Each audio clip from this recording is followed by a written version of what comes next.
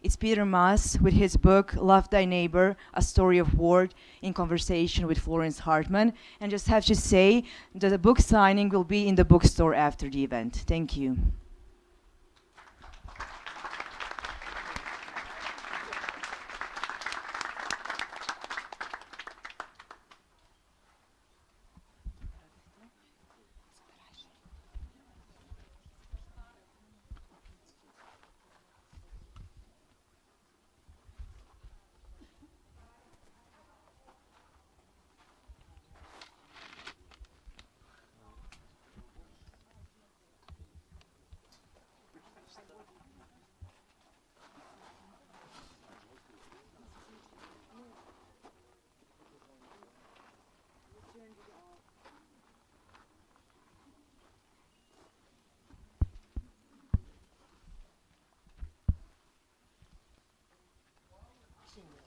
Yeah, we can speak loudly. I wanted also to use a quote from his book. Is it? Yeah. When I started covering Bosnia, I sensed that I might learn why people are willing to risk their lives to commit good or evil, why some people fall so easily into a murderer's trance when a big lie is repeated over and over, and why others resist the lure of hatred and become heroes. So that's the line of Peter. It's from his book, a book about madness, compassion, evil, and courage. Peter, you were born in LA. You were a journalist covering Europe, and you drove down from Budapest, where you were, to Bosnia in '92. And you covered for the Washington Post the beginning of the war in Bosnia, and you continue to follow this, and you covered other wars.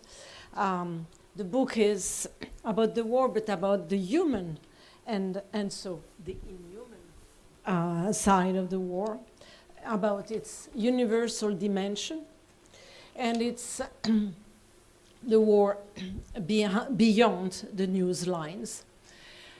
Where you explain to whatever audience and also outsiders, so American audience or whoever far from the war lines, why people didn't want to kill each other, but some wanted to kill some inhabitant, so their neighbors, which is related to the title of the book, to take their lands. So Peter, was the war so complicated as the Western leaders pretended? And was it all about ethnic rivalries, as they used to say? First off, thank you everyone for coming here. I have old friends who are here and new friends who are here. And I warned Florence that I wanted to thank one or two people beforehand, but it's not going to be an Oscars speech. But just I wanted to mention that my good friend Jamal Batirovic is here, and he's in the book. And he was my Balkan angel here in Sarajevo during the war, who made sure that I stayed safe and made sure that I could come to understand what happened in Sarajevo, who's with me all the time. So Jamal. But thank you very much. And Sonata Cressa is also here, who translated the book, and I just want to acknowledge and thank her. And then the amazing cover photo of this book was by the photographer Paul Lowe, who's also here. And I want to thank him and recognize him for his work. The book has my name on it, but it's a collective work in many respects. In terms of the war, is it so simple or not? I mean, no war is simple, but was it as complex as Western leaders wanted their populations to believe it was? No. I mean, they wanted their populations to believe it was impossibly complex so that nobody would do anything, so that there wouldn't be any pressure to do anything because, my God, it's so complex. Who knows what's going on? Who knows what side to take?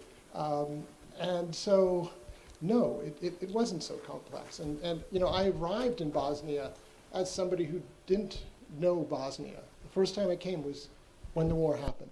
And honestly, I arrived and I could not properly pronounce Izetbegovich's name. I've learned that since then. I learned a lot, and it was kind of in the process of learning that I realized that, like, no, this is not so complex. These people have not been trying to kill each other for decades or centuries, at least not more than Europeans in Western Europe had been trying to kill each other and successfully did so for centuries.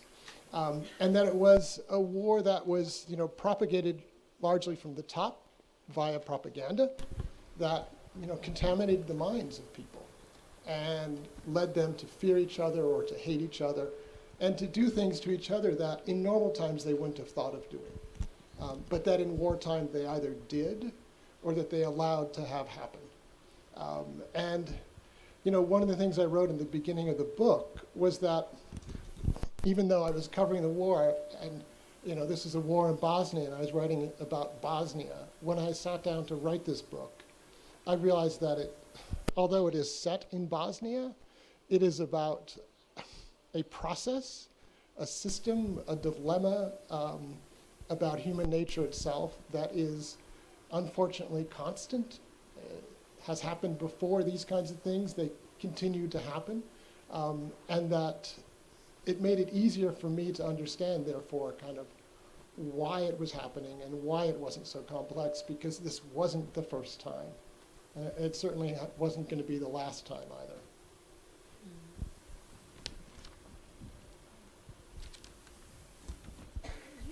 either. It's in the, it's your trips, your facing specific episode and everything, and we have chosen not to get into all those details because most of the people here in Bosnia knows it, and it's always written with not only describing the facts but really your eyes on it and through the people you are meeting. That's why this book is very valuable. And one actor of the book is, of course, and of the conflict was the international community, quote unquote. And a formula that dilutes responsibility, even liability, if we can say. And you have fabulous portrait of some of these members of this international community. And tell us about what it is, the appeasement policy, and how I mean, we all, as war reporters at the time, that was something which was, I mean, first there was the atrocities which were not supposed to be in our lifetime, in Europe at least, or in part of the world. And secondly was not to have this discrepancy between what's going on and the attitude of the international, of our countries, which. So please tell us about this shock, if I can call it like that. I mean, there were so many shocks for me as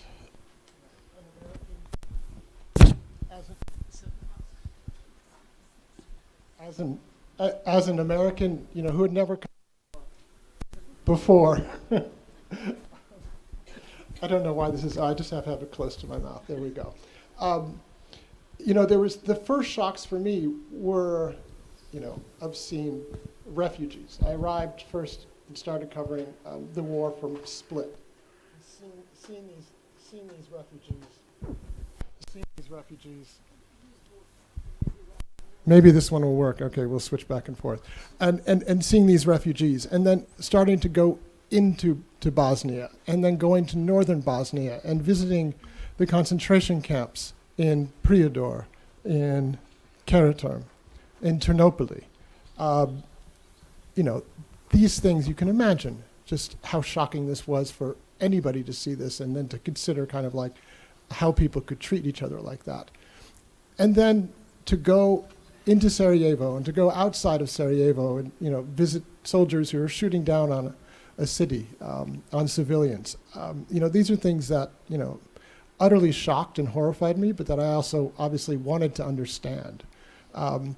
After all of those shocks, in some ways, the familiarity that I then gained by covering peace talks in Geneva, by meeting with diplomats, American and other diplomats in Belgrade and other European capitals, and by seeing what my own government, the American government, the Clinton administration for most of the war was doing, was in some ways one of the biggest shocks of all, because at a certain level, I could understand, why some of the people who were shooting or killing their neighbors were doing that. I didn't, understanding does not mean obviously, sympathizing. But understanding the process that led to that. The process can be hatred. The process can be hatred. That can be fear. The process, can be envy. And when I say fear, the fear that like, oh my God, I've been told by my leaders, by radio, television, that if I don't kill my neighbor, the neighbor will kill me. And so it makes what happens understandable. And obviously, some people are just purely homicidal in any society. But when I was talking with these diplomats of my own country, and the way in which they were trying to tell everyone, including me, it's too complicated, we really don't know who's good, who's bad, there's nothing that can be done. I mean, not only did I know these were lies, I knew that they knew these were lies, because these were people who read my stories and had sources of information. But they weren't like individuals on the ground in this country who had been told they might kill, who had been told they would be killed if they didn't kill. These diplomats and these politicians, they wouldn't suffer from doing the right thing. They had no skin to lose for doing the right thing, and yet they chose not to. They chose not to for what they decided were their own national security interests. And that was in some ways the most shocking of all. I mean, I wasn't naive. I was a journalist. I was, fairly well educated. I had already, been writing about governments and policy. But to actually see my government and these officials kind of participate in this war in a way that kept it going, when it would take no sacrifice on their part to do the right thing, other than if they had to resign, was to me the most shocking of all. And, it was a lesson to me, and I was already a cynical journalist, of just how cynicism is sometimes insufficient for the occasion. And it was insufficient for that occasion. I wasn't cynical enough. And I've since seen, more and more the unfortunate hypocrisy of my government and other governments when it comes to, the equitable enforcement of human rights laws, wherein you have some countries that get the benefit of human rights protections when they're invaded, and others that don't.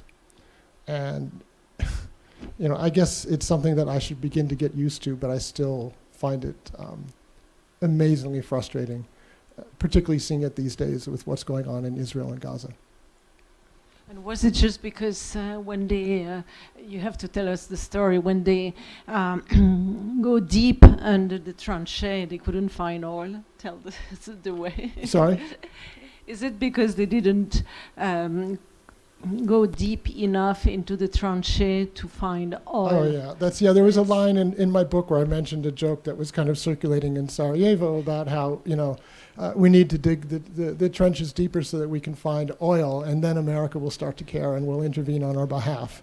And there was no oil, unfortunately, in Sarajevo. There were only people. So it's difficult for me today still. I watch these briefings in the State Department, as some of you might do, where there are excuses made for war crimes that are being committed in Israel, by Israel in Gaza, and I see these. It's like echoes of what I was seeing during the Bosnia era, and it's like these same kinds of lies that the people who are saying them know are lies. And in some ways, to me, it's almost more frustrating than the crimes themselves. Yeah, because those lies are the main elements of wars. Yeah. Isn't it? And there was, it was often quoted, but it's always important, and you do it, and at the time nobody believed in it. It's the Miloš Vasić quote, and nobody believed that it could apply to any other society. And so please. This is a quote in the book. Many of you probably, or some of you are familiar with Vreme, the magazine in Belgrade.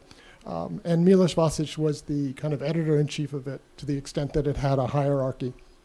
And he was very anti-Milosevic and anti-war.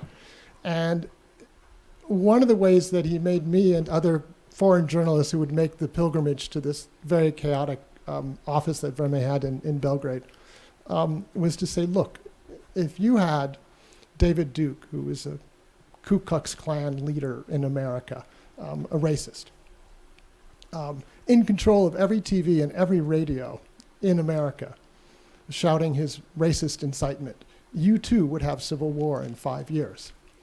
And I put this quote in my book. And, the very sad, thing about how true that was, is that although, fortunately we don't have civil war in my country, we have had years and years of incitement, which have had real effects on how people regard each other, how they don't regard each other, how they fear each other in a way that they didn't fear each other before, due to this incitement that came from their television broadcasts. And so, that also was another factor that kind of, universalized what I was seeing, unfortunately, unfold, in Bosnia, in Serbia at that time. Yeah, absolutely. It's really universal, and we are living with that because our societies are exposed to foreign propaganda, which try to lead us to some friction and tension, and there is a result. And you said about the war in here. It's that there was nothing spontaneous or inevitable about the explosion of Yugoslavia. And it was all, to make it short, I don't have the English version to quote what I wanted to quote, but never mind. That the manipulation and everything had a big impact. There is a very specific part of the book which is about the big liar, was Milosevic. I'm very jealous because I never succeed, and I lived longer in the region than you, but I never got an interview with Slobodan Milosevic. And you succeed to get one in spring '93, and it's not much about. This part in the book is fabulous because what you have published in your newspaper at the time, the Milosevic words or whatever, are not interesting. It was presented as such, but never mind. But in the book, it's absolutely, these pages, it's not the only one, but for me it was particular. It's a step by step how you enter the building, how they are taking caring or not about security, and how you depict the man, and it's an ordinary man, and etc. Give something, but read the book. That's absolutely fabulous. Well, definitely read the book if you can, but I'll explain a bit of what Florence is talking about here. And it's the point that you caught on to about the difference between what I wrote for the Washington Post and what I wrote in the book is kind of like exactly why I wrote this book. So the situation was I was reporting for the Washington Post, major American newspaper, and I, like everyone else, including France, had been trying to get an interview with Milosevic. And in the spring of 1993, when I was in Belgrade, I, renewed my request, and I was staying at the Hyatt Hotel, which is where A lot of journalists stayed back then. And one afternoon, I get a phone call from Milosevic's press office saying, the president will see you tomorrow at 4 o'clock, something like that. And, I was shocked. And I consciously, and this is before cell phones and all that, did not answer the phone in my hotel room at all until I went to go to the president's office the next day, because I didn't want to get the phone call that said, actually, the interview is off. I wanted to at least go there, and if I had to, whatever way, try to force myself in, since I had been invited. And so I went there, and one of the amazing things to me is, usually when you're a journalist for the Washington Post or for Le Monde or anything like that, and you go and you interview a president or a prime minister or just some, ordinary minister, there's a translator there, there's a note taker there, if it's the president, there's going to be some kind of security person there, particularly in the circumstances of America threatening to bomb Belgrade, and I was an American correspondent. But I was brought up into this kind of waiting chamber, and I was told to wait. And then doors were opened, and this woman said, "You may go in." And I walk into this office, and it's a very beautiful kind of old-style Austro-Hungarian office, practically. And there is one person there waiting for me, and it's Slobodan Milosevic. Nobody else. I had never come across anything like that before. We sit down because he had been a banker or had worked in New York for the Yugoslav government. His English was quite good. And we sat and we talked for about an hour. And he did what he always did, which is pretend to be the victim. Why are you writing these nasty things about me? I don't want war. I'm against war. If only these people would stop fighting. I've been telling my friends in Bosnia, please stop. All lies, of course. At one point, I had a tape recorder, old style, cassette, 30 minutes on each side. And 30 minutes was over, button flipped up, and I had to turn the tape over. And for the first time in my life, I could not for the life of me get the tape out of the recorder and turn it over to the other side to keep recording. And I just thought, I am the biggest fucking idiot at the worst fucking time in my life. And Milosevic noticed this, and we were just sitting across a coffee table. He had offered me his cigarillos. And then he just took the tape recorder out of my hands, pushed a button, tape flopped out, he put it back in, hit record, and the interview started again. And it was, it was this kind of the ordinariness that he could deploy to his benefit at times to try to charm or persuade people.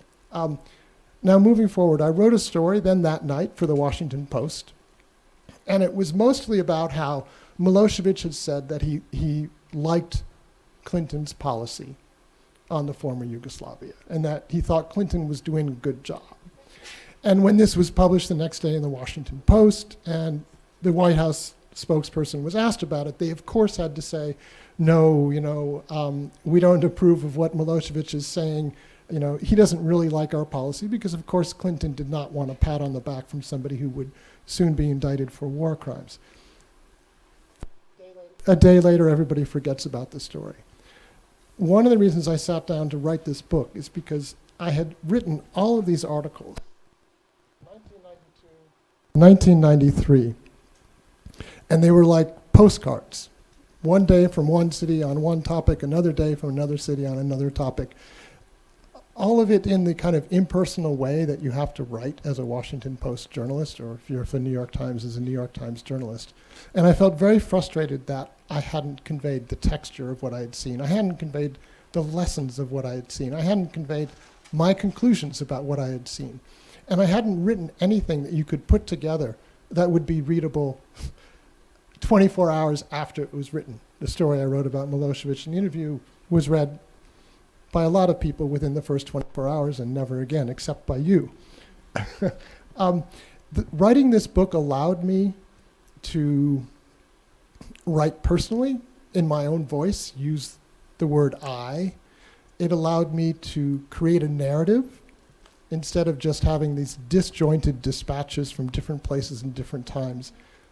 It was a journey that began, and the opening of the book is in Split, on my first day kind of covering the war, going into this sports hall in Split where refugees were settled.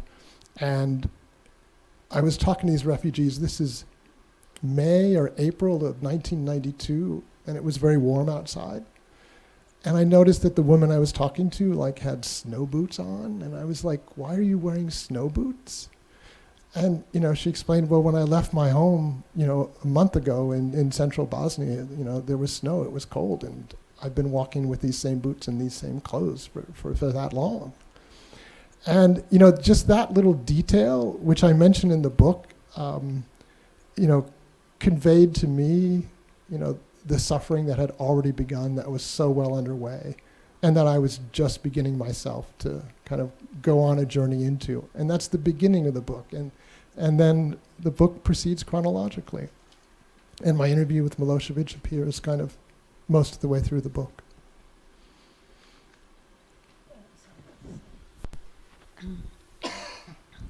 Once you, in those visits you made, once you tried to go to Srebrenica, it was in '93. It was at a key moment because it was related to Morillon, and I guess you had follow what happened afterwards. So tell us a few things. Why you wanted to go to Srebrenica, and what were you expecting Srebrenica to? The outcome of the enclave. I mean, not only what is in. I mean, what is in the book, in fact, because you are taking it as a whole, not only until '93. Well, one of the kind of freedoms as a foreign journalist covering the war is that I could go places where Bosnians couldn't, where Sarajevans couldn't. So I and other journalists were able to get in vehicles, sometimes starting in Sarajevo, but sometimes starting in Pale or starting in Belgrade, and try to go to the so-called safe areas. And so I tried to go to Rogatica, to Gorazde, got as far as Rogatica, got turned back, went to Cerska, didn't get there all the way. Srebrenica was impossible. And I remember there was this one time trying to go to, am I pronouncing Cerska correctly? Yeah. Okay. And we were stopped kind of, 5 miles outside of Cerska by the commander and, some of his men, all with the usual assortment of weapons. And I remember, we tried to plead, say like, Radovan Karadzic said, journalists can go to these places, you must let us in. He was like, no. Tried every argument we could, and then at one point he said, Cerska doesn't need journalists like you. And that was, the... Cerska had just fallen then. Yeah, yeah. And that was kind of, the dilemma. They had the weapons, we were the journalists, they didn't want us in. And there was nothing we could do. There were some journalists, I wasn't among them, who were able actually to walk into Gorazde, which was, quite incredible, and stay there. There were some, I think, who also walked into Srebrenica and walked out at, incredible risk to their life. One, yeah. Tony Burley, exactly, yes. At incredible risk to their life. And I was not one who was able to do that. And I say able to do that in the sense of like, that was a risk that I judged to be too far. I met my wife, my now wife, 2003. And one of the kind of first conversations we had, or among the first conversations, we played a game. Hemingway developed this funny little game. It was called a 6-word memoir. And you had to write your memoir in 6 words. And so my wife is like, okay, and this is 2003. What's your 6-word memoir? This is going to relate to what I was saying before. Don't worry, I'm not going on a weird tangent. And I just blurted out, Jewish war correspondent, what the fuck? And I say that in the context of I was already a somewhat neurotic, worried person, and I didn't belong in a war zone. I wasn't going to walk into Gorazde or Srebrenica. And I would say also that, even though after Bosnia, I continued covering wars. I went to Afghanistan, I went to Iraq. I really did not enjoy these experiences, and I don't think any correspondent who does these things enjoys them, but I would say that I felt, and I'm remembering now kind of most recently, although it was long ago, covering the invasion of Iraq, where I rented an SUV in Kuwait and drove over the border on the first day and followed these Marines and who were driving through the desert, driving at night, and it was just ridiculous. And I felt very uncomfortable, and I never enjoyed this work. And when I got married, the agreement was that I wouldn't go to war zones anymore. And it was an agreement I was very happy to accept. It was the right way to go, and it was not hard to let go of covering wars. And I had continued to do it because I could do it well, but it was not something that I really enjoyed doing. And I'm glad that I wrote this book. I'm really glad that I did the work that I did here. But I would not be doing it again. At one point, you said the goal of imperial wars, is to conquer and rule. The goal of nationalist wars, as in Bosnia, is to conquer and cleanse. Well, as you just mentioned, you have covered other wars, and we are facing current wars in many places, too many, including Ukraine and Israel, Gaza. Is it so compartmented? Probably not. It can be that compartmented, but it also can be more complicated than that. But like, whether it's to conquer or whether it's to cleanse, in some ways, and bear with me here, I don't care. People are being killed, innocent people are being killed. And, this is, at least in America, the kind of the great unspoken, which I've always tried to write about, is the civilian toll in warfare. Even if war crimes are not being committed, the amount of legal killing of civilians, to me, is unacceptable. And I've always felt, and I'm probably really naive still in this, that if people knew, just how many civilians are killed, how many are injured, how many are traumatized in warfare, even when it's conducted legally, you would think twice or three times before doing it. And so even though the American invasion of Iraq was illegal, and that war crimes were committed, it was not genocide, it was a war of conquering, or whatever you want to call it. But the civilian toll, I think, still in America is just not understood. And so I'm now, one of the projects I'm involved now in is reconstructing a battle that I saw in Iraq in 2003 that I wrote about at the time, that I since have talked to some of the people involved and kind of found out more about how civilians were killed in that battle. And I just still am under the impression that if people knew more about, even in legal warfare, how much unacceptable killing there is, they would not be so supportive. I'm probably, even though I consider myself a pretty cynical journalist, I'm probably a bit naive still in thinking that might break through eventually. You have covered Russia in different occasions, and well, there are many differences and many parallels with what happened in the Balkans and what is happening in Ukraine or Iran. I don't know if it's right or not, but I mean, how do you see the situation? Do you think, how do you see, there is a big difference with the international community, the Western reactions to that. But is it so different at the end? in dealing with the problem, with the war, how to stop it, and in standing with our values or the principle and things like that. And then we come back to another war, which is also current. But I would like to, we have, our first impression was that everything was different than from Bosnia. The West understood, well, in 2022, not in 2014, because if they had understood something, they should have understood it, show that they had understood at the beginning in 2014 to prevent 2022 to come. And a lot happened. There was not this, we are not doing nothing. There was not this appeasement policy. It was very different from Bosnia.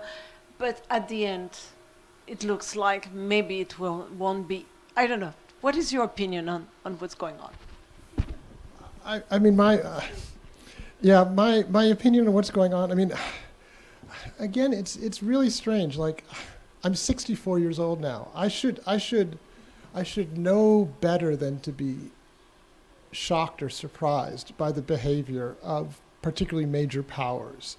I should know better, having covered these wars, having covered Bosnia, to not be surprised by the cynicism, by the kind of unequal treatment that major powers, that governments give to one side or the other, depending on their own interests, without the interest of actual human beings in mind.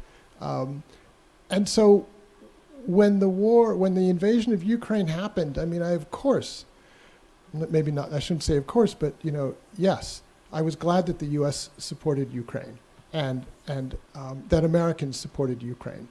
And then when what's going on now in Israel and Palestine is happening, and it's different, but there are similarities, and I see how the noble principles that my government was talking about so nobly, and that I was very supportive of too, those principles are gone when it's another country, another set of events where it is an American ally that is responsible for committing crimes. And of course, on October 7th, there were crimes committed against Israelis that we can't forget. But I was surprised, and I am still surprised by that.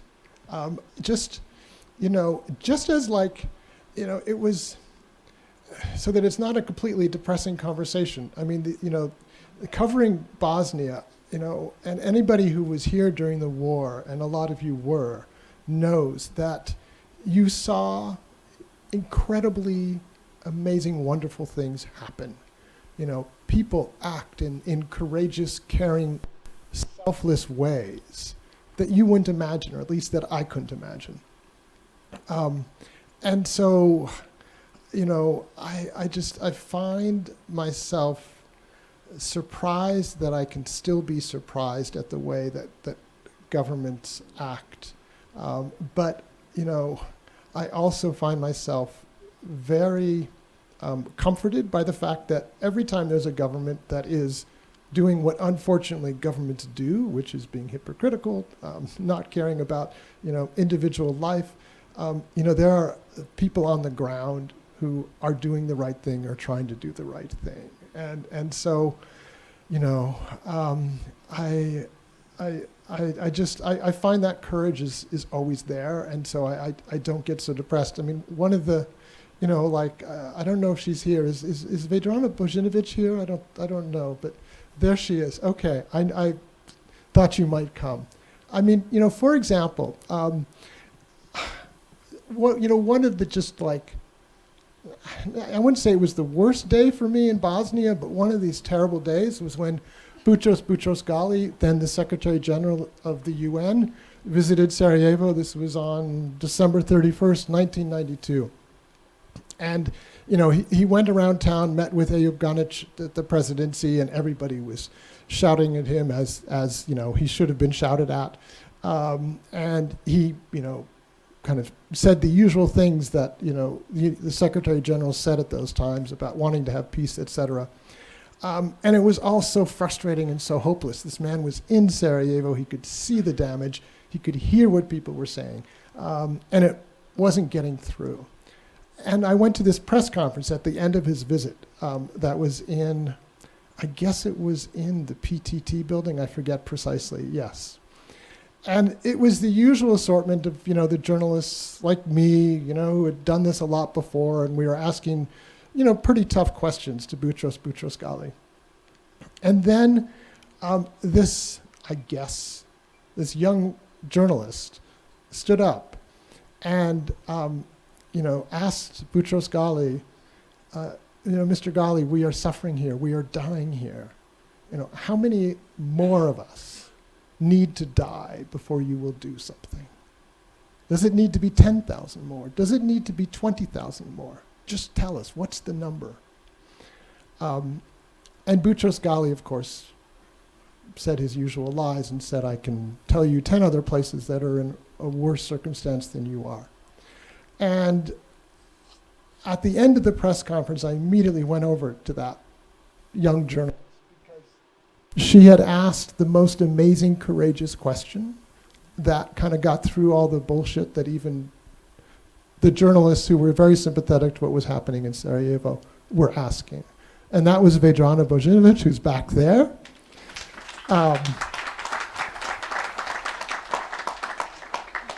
Who, I don't know, were you 17 years old, 18 years old? 16. How did you even get into that press conference? And I've mentioned that. Yes, I knew or thought Vedrana would be here. And not because, this was the most courageous, exemplary act of human behavior that I saw. I saw so much of this from so many people. And so,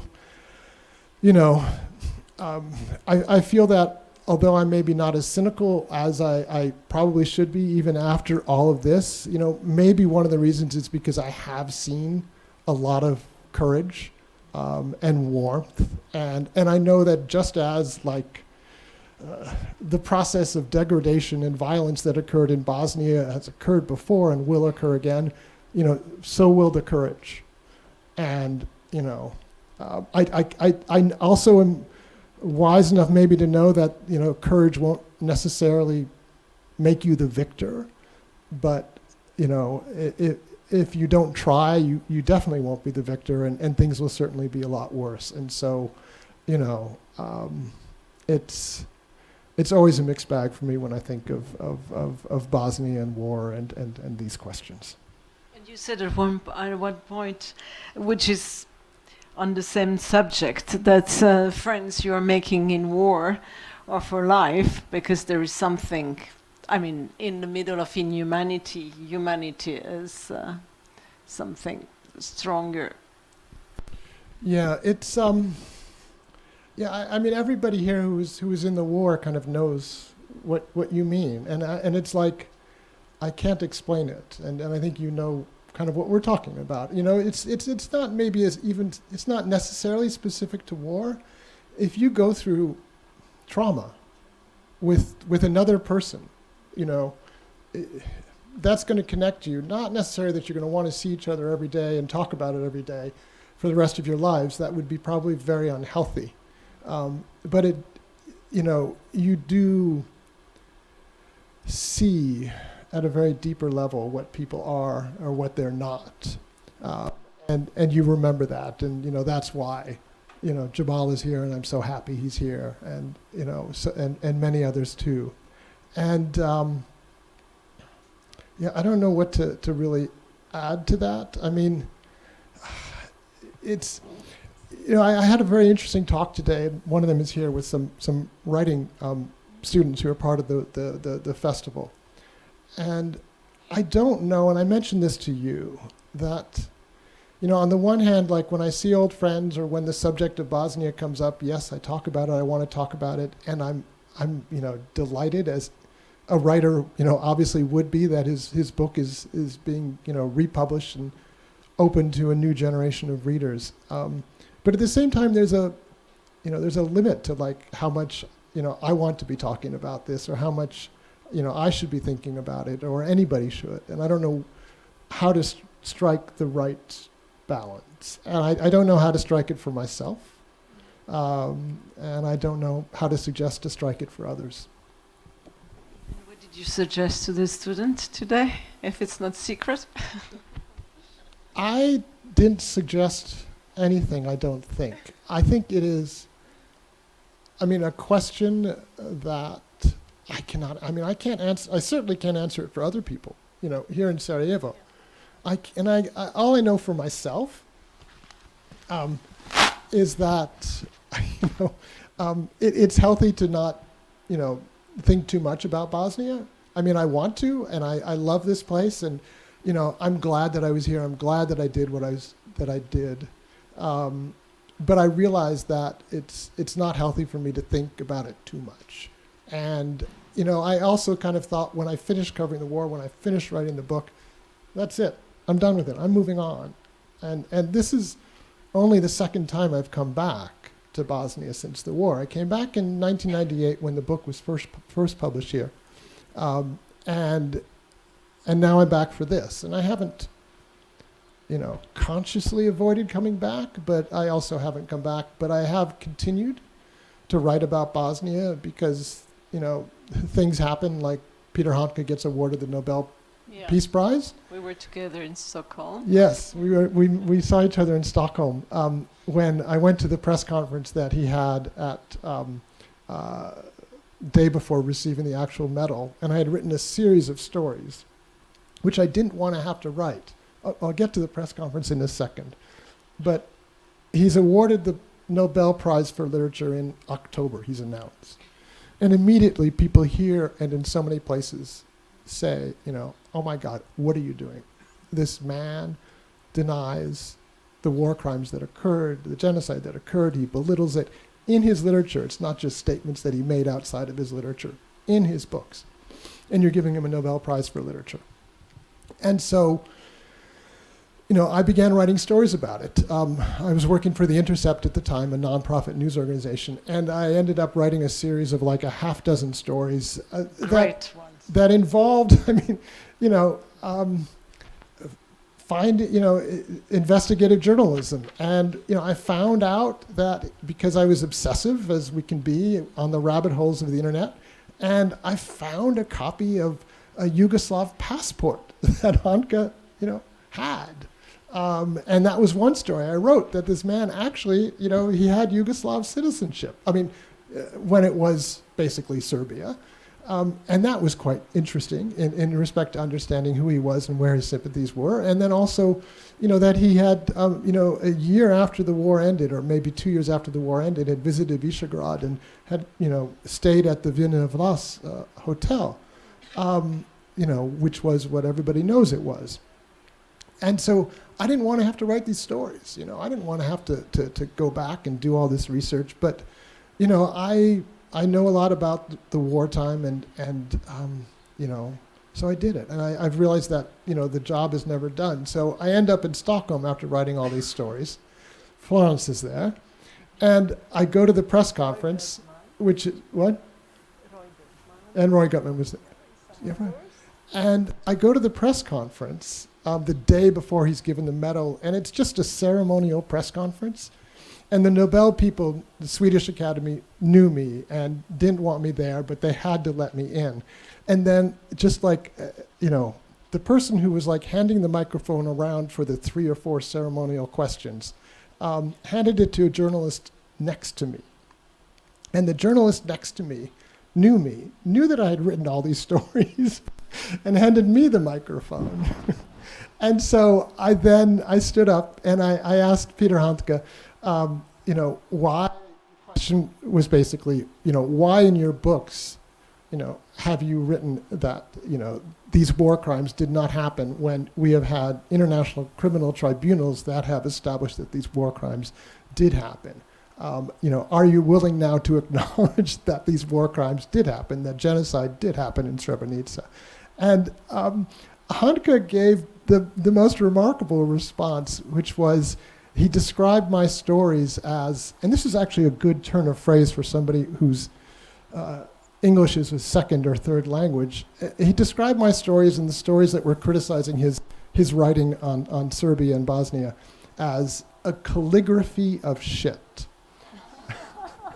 And he was furious and kind of trembling. And I remember the kind of host of the press conference got the microphone out of his hand as soon as they could, and all of a sudden the press conference was over.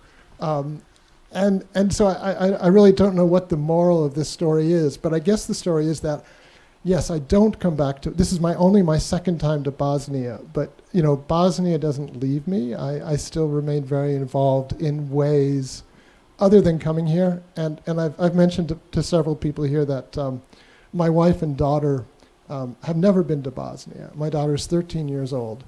And when she was a child, as children do, I mean, she's still a child, but when she was like 5 or 6 or 7 years old, she knew that Daddy had, covered wars in this country called Bosnia. And so at bedtime, and this is very strange, but interesting, she would ask me to tell her stories from Bosnia. And I told her stories from Bosnia, stories that are in this book.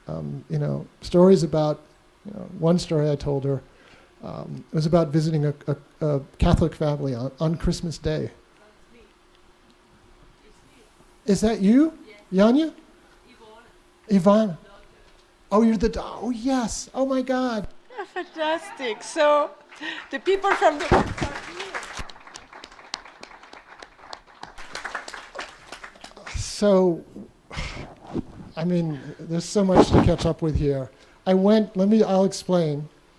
On Christmas Day with Jamal, I'm the kind of cliched journalist who at least knows kind of like what stories my readers want. It's like Christmas Day in Sarajevo. I'm going to go have Christmas with a Catholic family. And so I kind of asked Jamal, find me a Catholic family. Let's go have Christmas Day with them or something like that. And we ended up at your house with your mother and your father. And I had, Christmas Day, I was staying at the Holiday Inn, and I brought with me, and this is the story that I tell my daughter, and I write about it in the book. I brought with me a couple of oranges, or clementines, that I had brought into Sarajevo with me on the plane, or however it was that I had gotten into Sarajevo at that time. And I presented them as a Christmas gift to the family. And your father, your mother's jaws, kind of politely dropped because you hadn't seen fresh fruit that was not rotten for quite a long time. And I tell that story to my daughter. And then your parents were here when I was in 1998. I've been told they passed away. But thank you for coming. And so back to the instructions from my family. My daughter having grown up hearing these stories, and my wife being a journalist and a writer, and never having been to Bosnia, they told me that my one job while I'm here is to get invited back so that they can come with me. Because they couldn't come this time because my daughter has a national climbing competition she has to participate in that I have to rush back. Sorry? She is, yes. She would be so embarrassed for me to be mentioning this, but she's... Mountains. Sorry, I know. Well, this is why, yes, because she wants to come here to see the place where all these stories are from, but, also there are wonderful mountains for her to climb. She's a competitive rock climber, and she's one of the best on the east coast of America in boulders and lead rope. And she's competing in the U.S. National Championships on Sunday in Salt Lake City. So I have to return for that. Anyways, hopefully to return here with her next year. Fantastic. So I don't know if we have time for a few questions or if someone... Is it okay? We have few minutes now? Okay, just few minutes. If someone has some question or maybe some on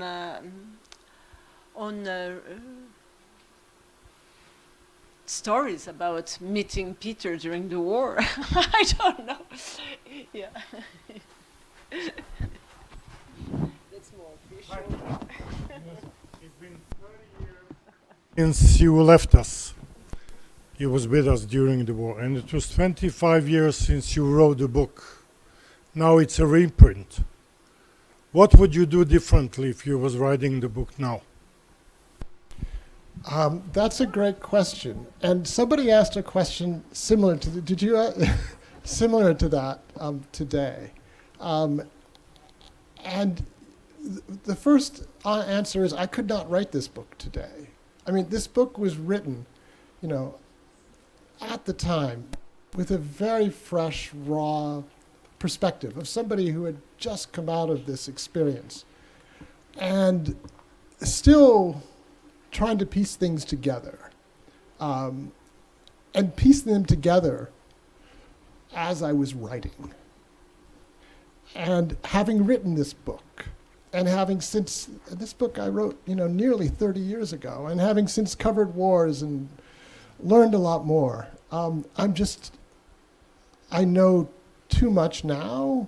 I'm not as naive, I'm not as young, I'm not as easy to shock as I used to be. And I could not, if I hadn't written this book then and I was writing a book about Bosnia now, I don't know what it would be. I mean, the picture on the back is me now. My name on the front, this is me at age 33 or something like that. And these are very different. And I can't go back to being in my early 30s, just coming out of this, very traumatic period, having, seen so much and being in the process of trying to understand it. So I'm really glad that I wrote this book then, and I have given no thought whatsoever to trying to update it in any way. There's just absolutely no question that, there are things I could update.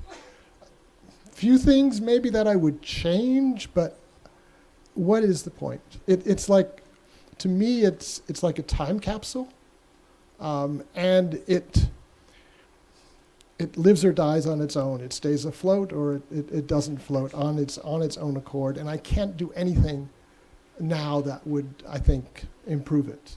And I wouldn't really want to even try to write. So there had been talk at some point with American edition of writing like a new introduction or something like that. And I thought it would kind of contaminate it, because when somebody starts reading this book, I want them to be in 1992. I don't want them to be in 2024. And when they finish reading it, they're in 1995. And then they're on their own. And I think that's the way it should be.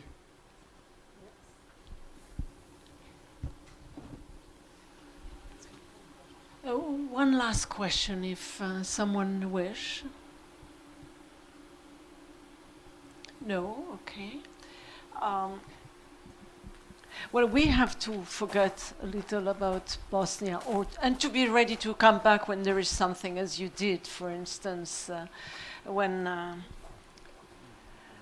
this, who is he? He's a novelist living in France who got some kind of prize. Politicians should not forget, because they live some kind of shit.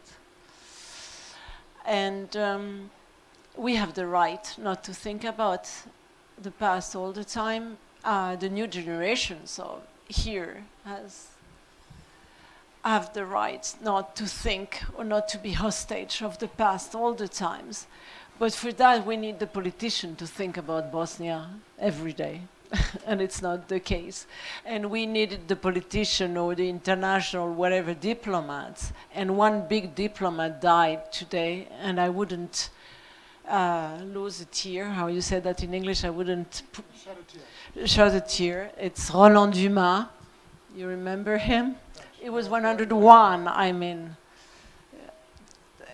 And, but same.